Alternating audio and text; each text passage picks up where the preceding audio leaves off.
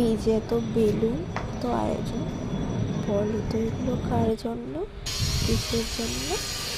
দাঁড়াও যাচ্ছি। এই যে দেখছি এই পুচকু বাবানের জন্মদিন দেখো কত আনন্দ।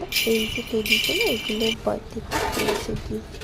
তো ওই দিন সকালবেলায় ঘুম থেকে উঠেছি খুব সকালে, উঠেই দেখি দিদি স্নান হয়ে গেছে, পুজো হয়ে গেছে, তারপর দিদি সাজে গেছে, রান্নার লোকেরাও সবাই এসে গেছে, রান্নার তোড়জোড়ও শুরু হয়ে গেছে।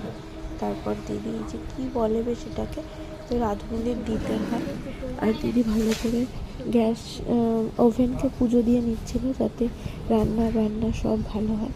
আর কেমন বোকা দেখো ও, এই যে ছোটো আলোটা এখানে দিয়েছে, অত বড় ধূপটা কোনো দিন হয়? তো যতই চেষ্টা করছে তা কিছুতেই হচ্ছে।